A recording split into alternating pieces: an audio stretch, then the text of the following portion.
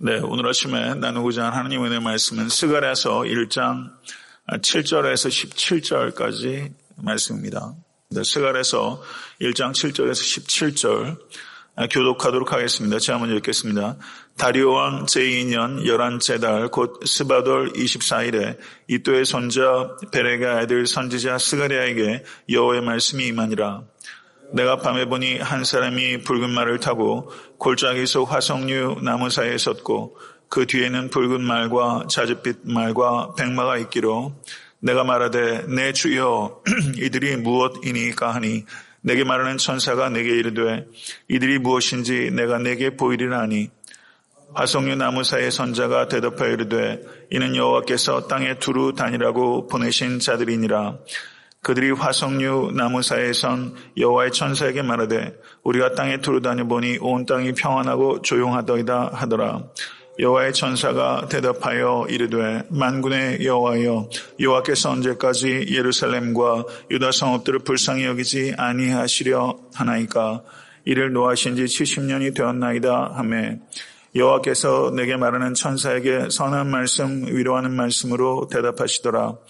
내게 말하는 천사가 내게 이르되 너는 외쳐 이르기를 만군의 여호와의 말씀에 내가 예루살렘을 위하여 시온을 위하여 크게 질투하며 아니란 여러 나라들 때문에 심히 진노하나니 나는 조금 노하였거늘 그들은 힘을 내어 고난을 더하였습니다. 그러므로 여호와가 이처럼 말하노라. 내가 불쌍히 여김으로 예루살렘에 돌아왔은즉 내 집이 그 가운데 건축되리니 예루살렘 위에 먹줄이 쳐지리라. 만군의 여호와의 말이니라. 다같이 그가 다시 외쳐 이르기를 만군의 여호와의 말씀에 나의 성읍들이 넘치도록 다시 풍부할 것이라.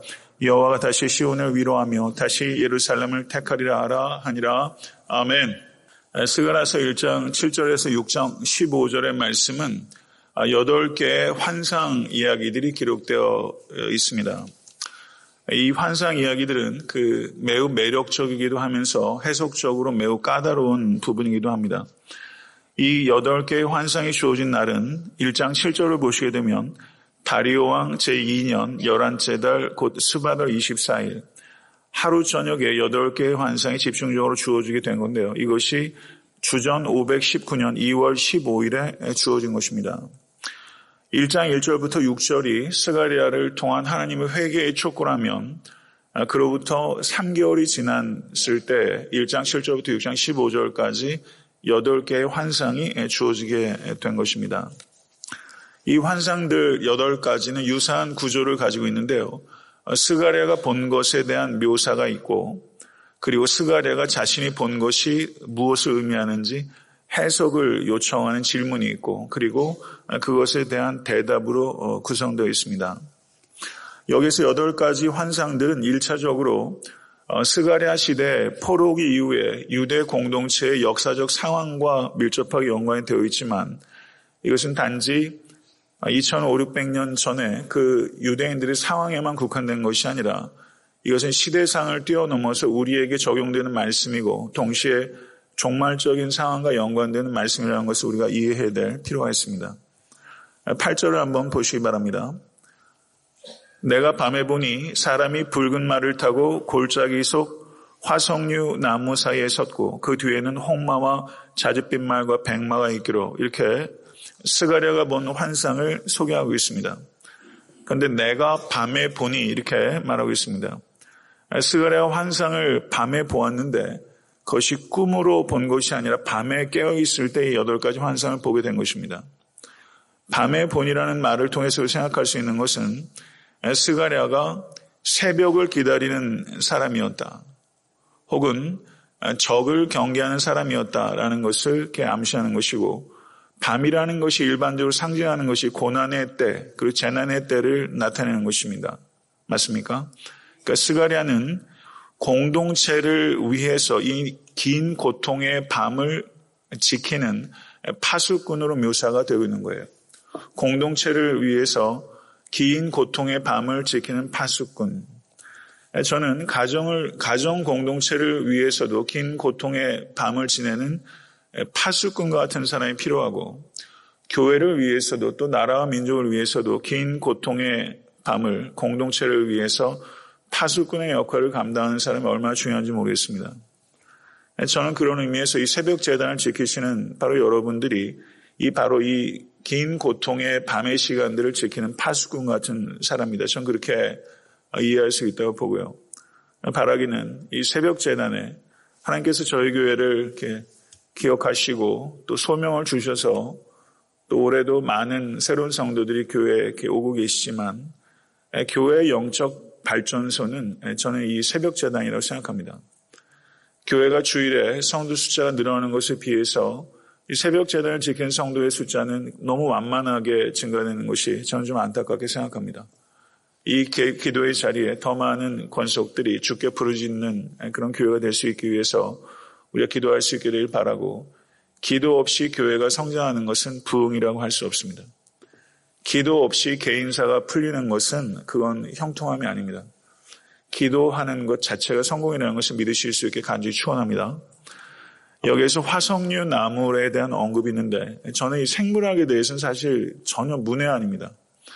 그래서 화석류 나물을 이렇게 보니까 이렇게 기록하고 있더라고요. 흰색이나 분홍색 꽃이 핀답니다. 그러니까 짙은 열매가 나는, 향기가 나는 상록수고 높이가 약 10m 정도에 이르는 나무인데 에스더의 이름이 하다사입니다. 하다사. 그렇죠. 에스더의 이름이 하다사라는 히브리 이름을 가지고 있는데 에스더의 이름이 바로 이 화석류라는 뜻이래요. 이 화석류 나무에 대한 언급이 느헤미야 8장 15절에 기록되어 있는데 예루살렘 인근 지역에 이 화석류 나무가 자라고 초막절에 거할 빵을 만들 때 이 화석류 나무가 많이 쓰인다고 합니다.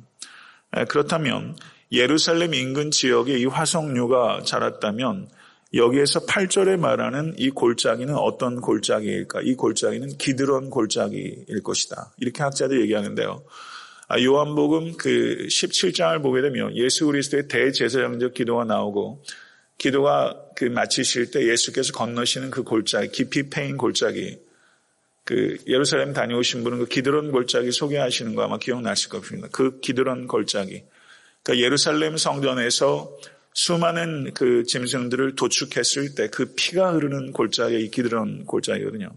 근데 예수께서 잡혀가실 때 건너신 골짜기가 그 양의 피가 흐르는 기드론 골짜기, 유월절 어린 양 되신 예수께서 그 기드론 골짜기에 양의 피를 보셨다는 것이죠. 이건 여러 가지 의미가 있습니다. 이 화석류 나무가 이 기드론 골짜기에 있었다. 이렇게 볼 수 있는데요. 여기서 화석류 나무는 그럼 뭘 상징하느냐? 하나님께서 기뻐하시고 사랑하시는 이스라엘을 상징하는 것이다.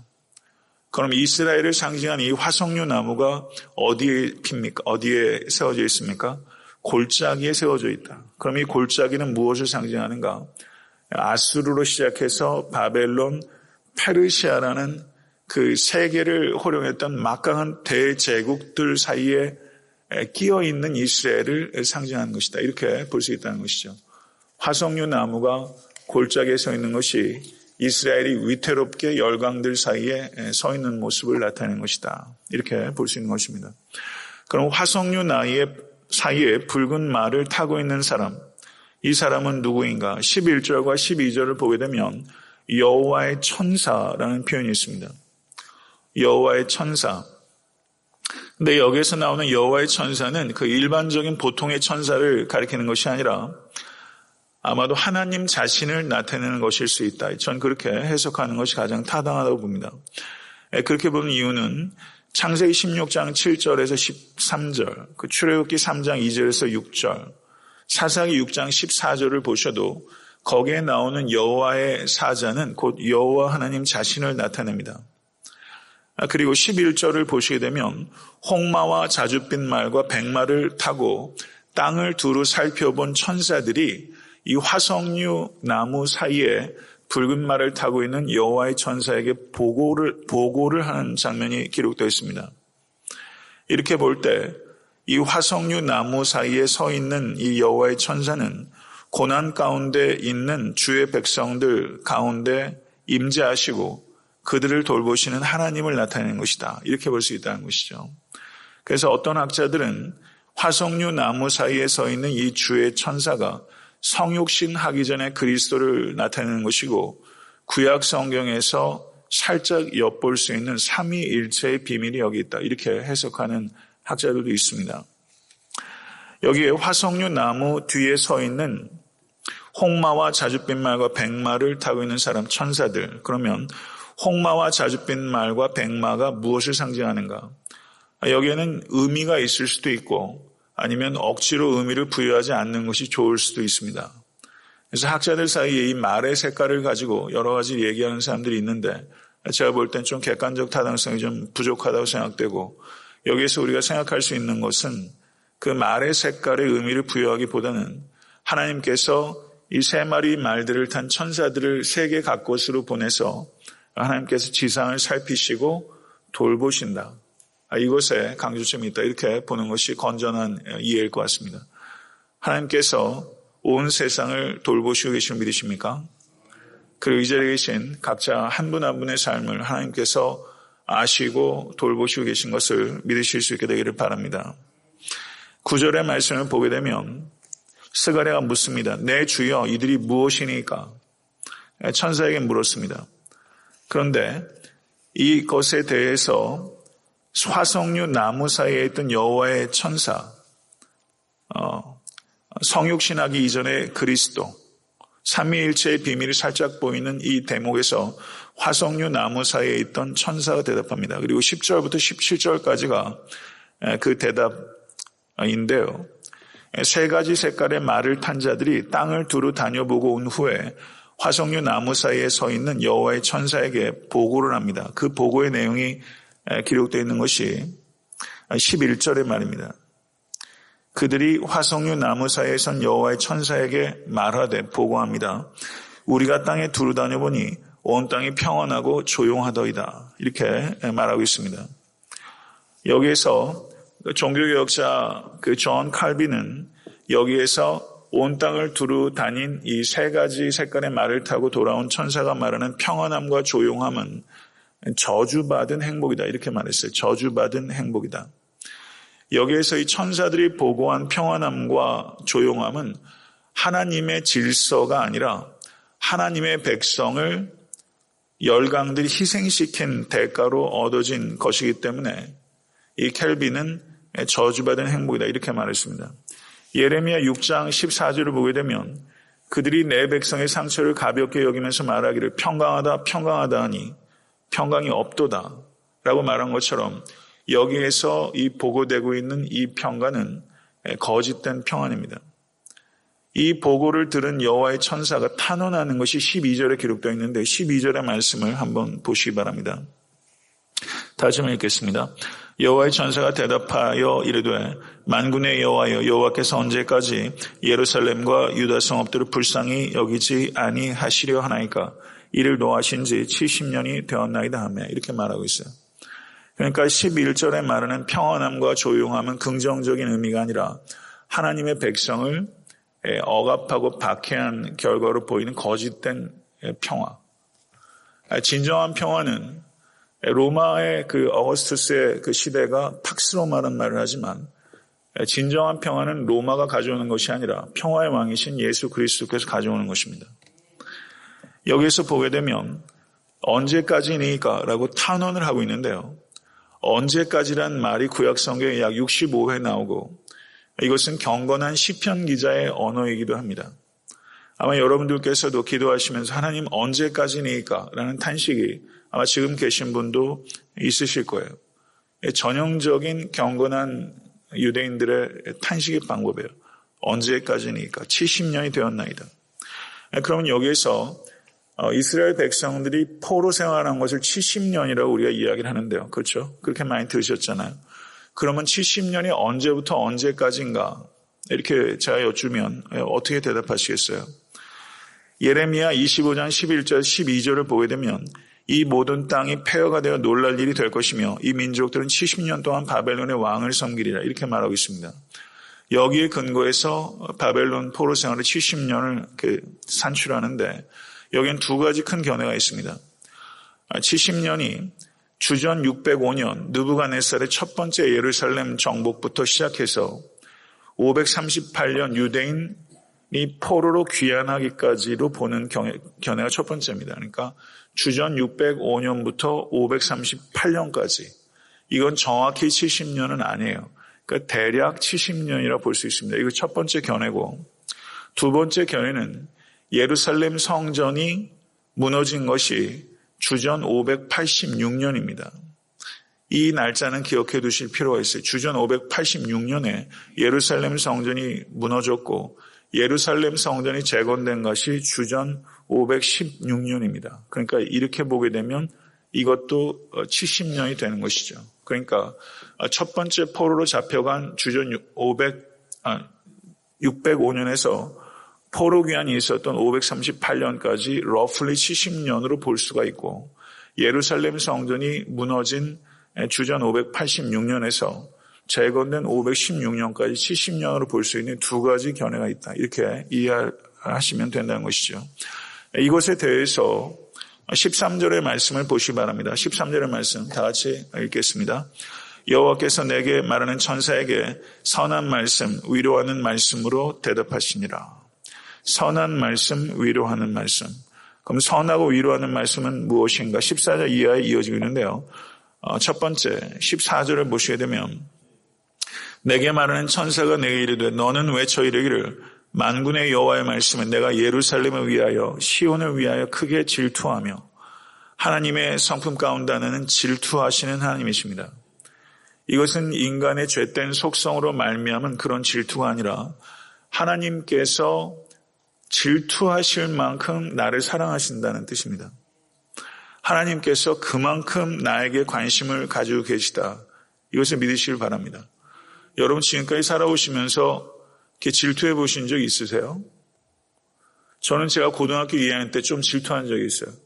반에서 친한 애들이 셋이 있는데 셋 사이에서 어떤 녀석과 누가 더 친하냐 이거 가지고 좀 질투하는 마음이 제가 들더라고요.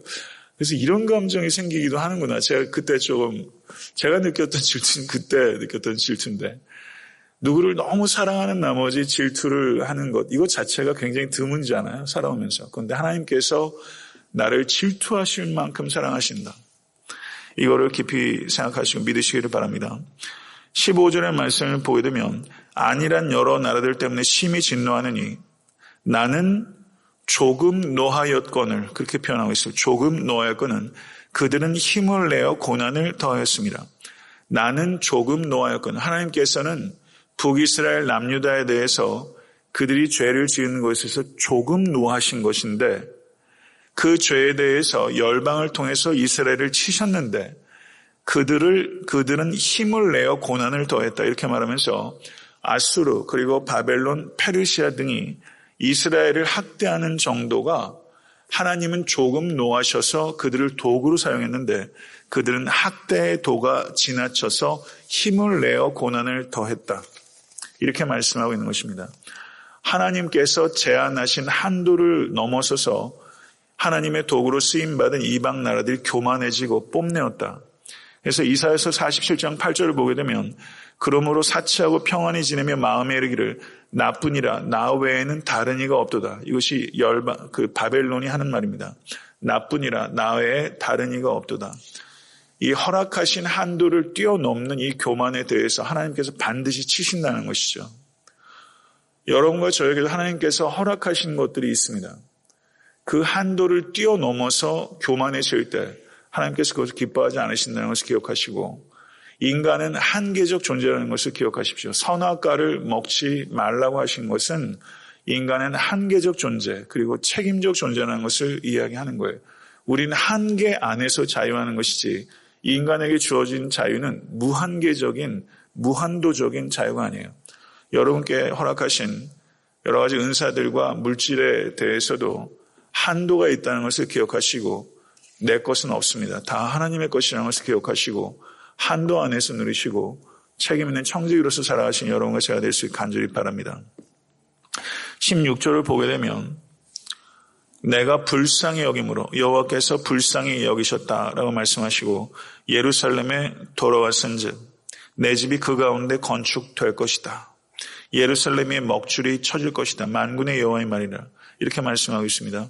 하나님께서 불쌍히 여기신다.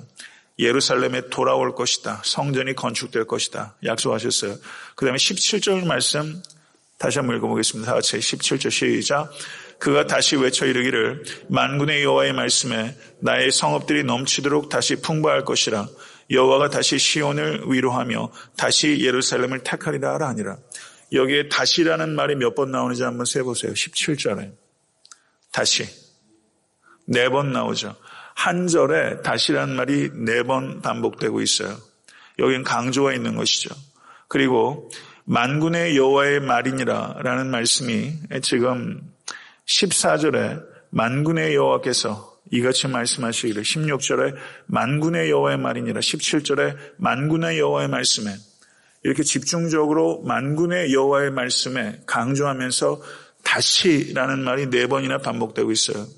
그렇죠.